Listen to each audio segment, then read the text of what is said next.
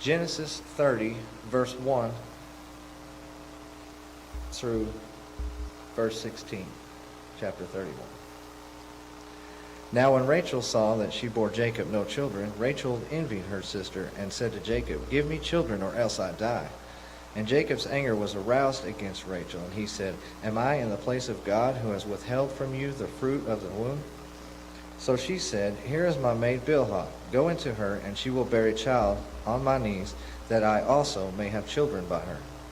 Then she gave him Bilhah, her maid, as wife, and Jacob went into her. And Bilhah conceived and bore Jacob a son. Then Rachel said, "God has judged my case, and he has also heard my voice and given me a son." Therefore she called his name Dan. And Rachel's maid Bilhah conceived again and bore Jacob a second son. Then Rachel said, "With great wrestlings I have wrestled with my sister, and indeed I have prevailed." So she called his name Naphtali. When Leah saw that she had stopped bearing, she took Zilpah her maid and gave her to Jacob as wife. And Leah's maid Zilpah bore Jacob a son. Then Leah said, "A troop comes." So she called his name Gad. And Leah's maid Zilpah bore Jacob a second son. Then Leah said, "I am happy, for the daughters will call me blessed." So she called his name Asher. Now Reuben went in the days of wheat harvest and found mandrakes in the field, and brought them to his mother Leah. Then Rachel said to Leah, "Please give me some of your son's mandrakes." But she said to her, "Is it a small matter that you have taken away my husband? Would you take away my son's mandrakes also?" And Rachel said, "Therefore he will lie with you tonight for your son's mandrakes." When Jacob came out of the field in the evening, Leah went out to meet him and said, "You must come in to me, for I have surely hired you with my son's mandrakes." And he lay with her that night. And God listened to Leah, and she conceived and bore Jacob a fifth son. Leah said, "God has given me my wages, because I have given my maid to my husband." So she called his name Issachar. Then Leah conceived again and bore Jacob a sixth son.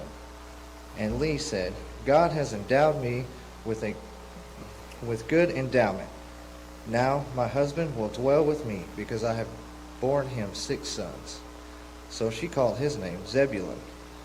Afterward she bore a daughter, and called her name Dinah.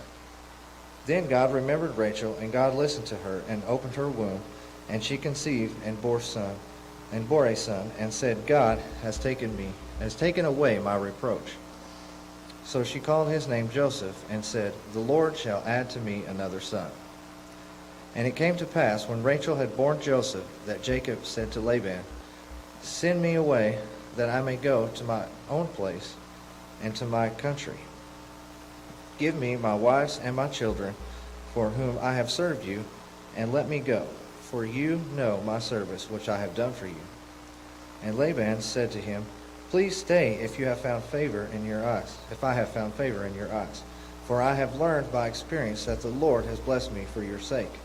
Then he said, "Name your wages, and I will give it." So Jacob said to him, "You know how I have served you, and how your livestock has been with me. For what you had before I came was little, and it has increased to a great amount.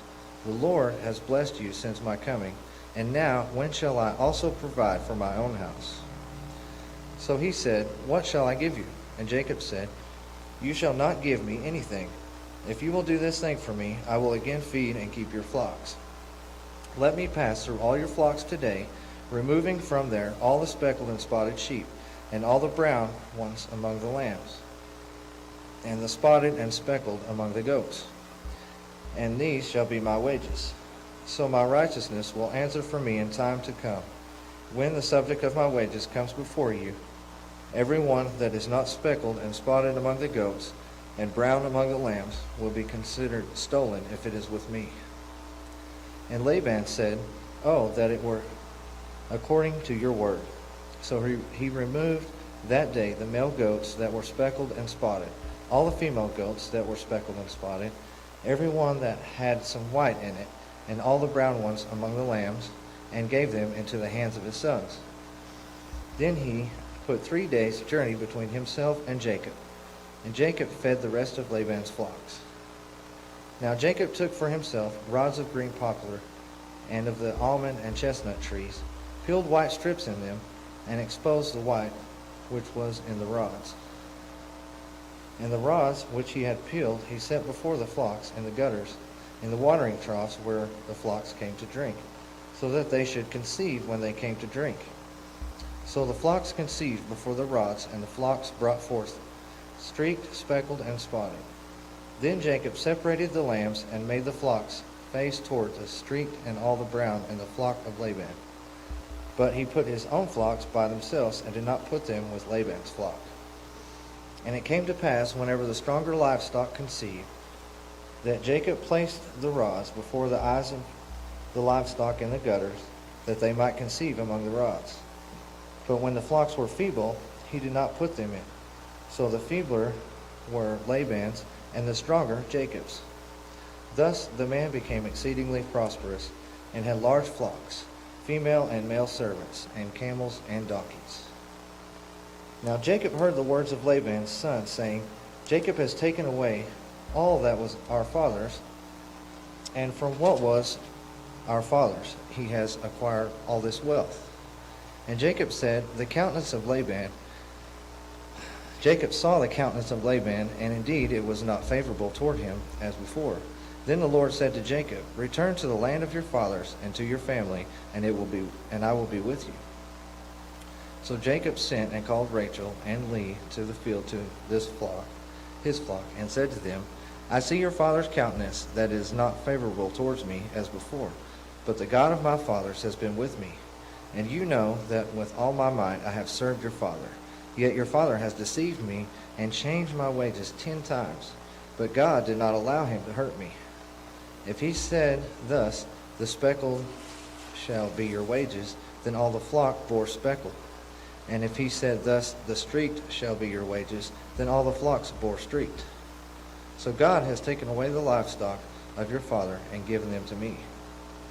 And it happened at the time when the flocks conceived, that I lifted up my eyes, and I saw in a dream, and behold, the rams which leaped upon the flocks were streaked, speckled, and gray spotted.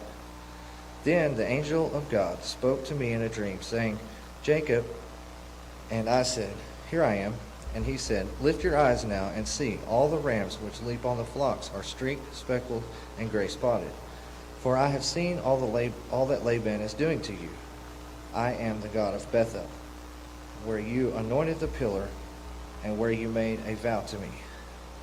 Now arise, get out of this land, and return to the land of your family. Then Rachel and Leah answered and said to him, Is there still any portion or inheritance for us in our father's house? Are we not considered strangers by him? For he has sold us and also completely consumed our money. For all these riches which God has taken from our father are really ours, and our children's. Now then, whatever God has said to you, do it.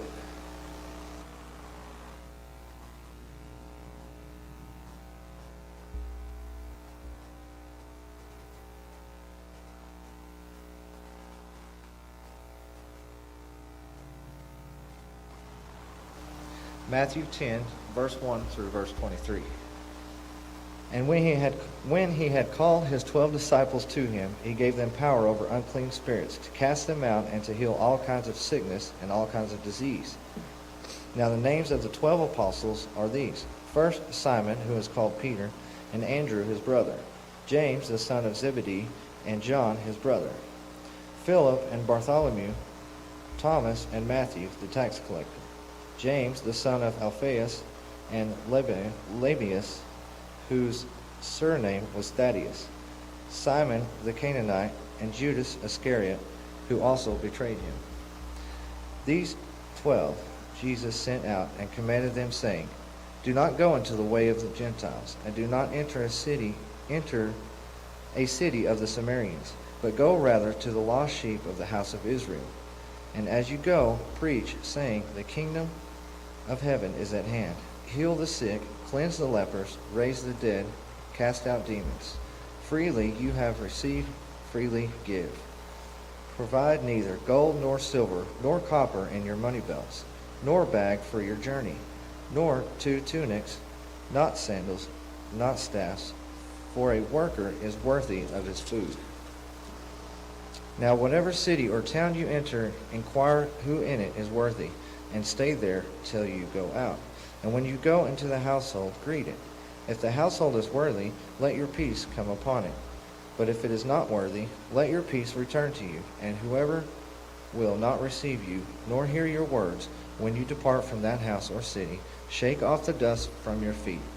Assuredly, I say to you, it will be more tolerable for the land of Sodom and Gomorrah in the day of judgment than for that city.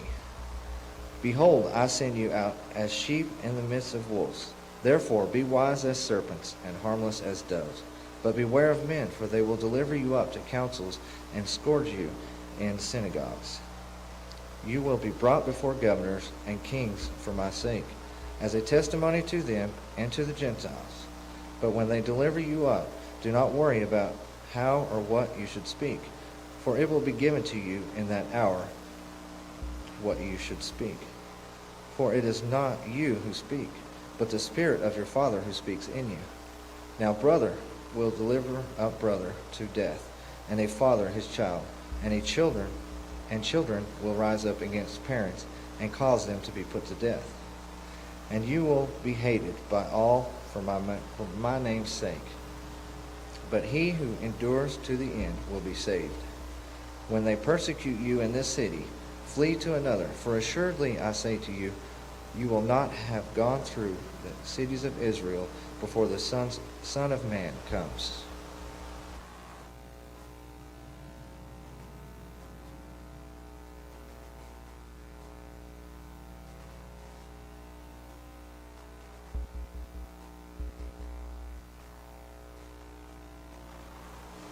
Psalm chapter 12, verses 1 through 8. Help, Lord, for the godly man ceases, for the faithful disappear from among the sons of men. They speak idly, everyone with his neighbor. With flattering lips and a double heart they speak. May the Lord cut off all flattering lips, and the tongue that speaks proud things. Who has said, with our tongue we will prevail, our lips are our own. Who is Lord over us? For the oppression of the poor, for the sighing of the needy, now I will arise, says the Lord. I will set him in the safety for which he yearns. The words of the Lord are pure words, like silver tried in a furnace of earth, purified 7 times. You shall keep them, O Lord. You shall preserve them from this generation forever. The wicked prowl on every side, when vileness is exalted among the sons of men.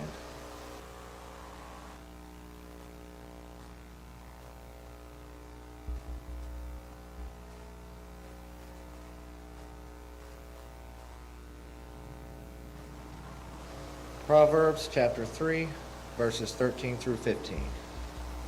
Happy is the man who finds wisdom, and the man who gains understanding. For her proceeds are better than the profits of silver, and her gain the fine gold. She is more precious than rubies, and all the things you may desire cannot compare with her.